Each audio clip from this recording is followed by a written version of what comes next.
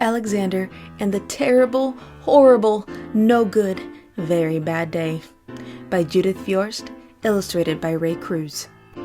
I went to sleep with gum in my mouth, and now there's gum in my hair, and when I got out of bed this morning, I tripped on the skateboard, and by mistake, I dropped my sweater in the sink while the water was running, and I could tell it was going to be a terrible, horrible, no good, very bad day.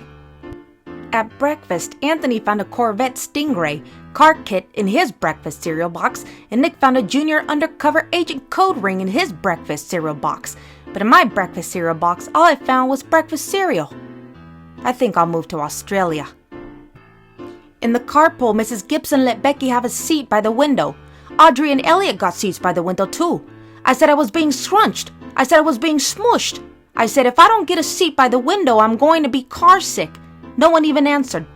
I could tell it was going to be a terrible, horrible, no good, very bad day.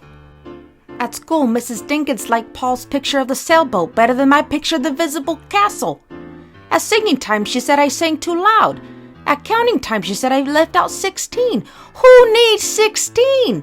I could tell it was going to be a terrible, horrible, no good, very bad day.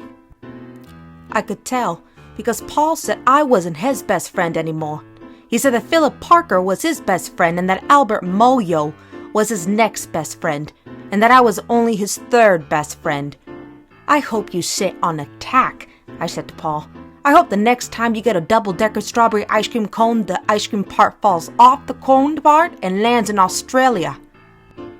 There were 2 cupcakes in Philip Parker's lunch bag, and Albert got a Hershey bar with almonds, and Paul's mother gave him a piece of jelly roll that had little coconut sprinkles on the top. Guess whose mother forgot to put in dessert? It was a terrible, horrible, no good, very bad day. That's what it was, because after school my mom took us all to the dentist and Dr. Fields found a cavity just in me. Come back next week and I'll fix it, said Dr. Fields. Next week? I said, I'm going to Australia. On the way downstairs, the elevator door closed on my foot, and while we were waiting for my mom to go get the car, Anthony made me fall where it was muddy, and then when I started crying because of the mud, Nick said I was a crybaby, and while I was punching Nick for saying crybaby, my mom came back with the car and scolded me for being muddy and fighting. I am having a terrible, horrible, no good, very bad day. I told everybody. No one even answered. So then we went to the shoe store to buy some sneakers. Anthony chose white ones with blue stripes. Nick chose red ones with white stripes. I chose blue ones with red stripes. But then the shoe man said we're all sold out. They made me buy plain old white ones, but they can't make me wear them.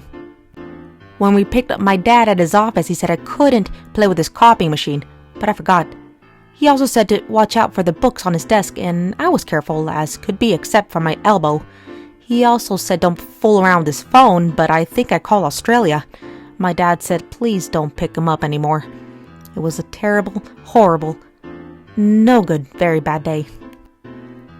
There were lima beans for dinner, and I hate limas. Yuck. There was kissing on TV, and I hate kissing. My bath was too hot. I got soap in my eyes. My marble went down the drain, and I had to wear my railroad train pajamas. I hate my railroad train pajamas. When I went to bed, Nick took back the pillow he said I could keep, and the Mickey Mouse nightlight burned out, and I bit my tongue. The cat wants to sleep with Anthony, not me. It has been a terrible, horrible, no good, very bad day. My mom says some days are like that. Even in Australia.